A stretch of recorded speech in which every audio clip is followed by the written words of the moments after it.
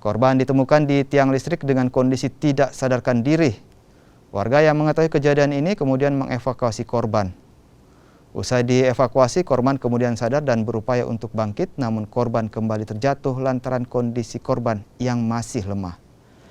Warga kemudian membawa korban ke rumah sakit. Akibat tersengat listrik, korban mengalami luka serius. Itu kita kan tadi ada kebakaran di pergudangan Parangloi. Jadi armada kebetulan yang melintas itu armada bantuan dari Posko Timur. Karena kita kan tugasnya sini pelayanan. Kemudian kita balik, kebetulan ada masyarakat banyak yang bernumpuk di situ, ditahan mobil pemadam. Nah, jadi karena jiwa kita ini jiwa penolong, sebelum tidak ada ambulans, kita ambil langsung itu si korban. Dia inisiatif anggota pemadam membawa langsung ke rumah sakit Ibnu Sina. Waktu dinaikkan ke mobil itu kondisinya orang itu seperti apa? Jadi kondisi terbakarnya 90%, jadi orangnya masih sempat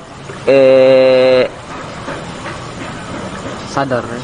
Enggak sadar, sempat masih ini, bernapas, iya bernapas.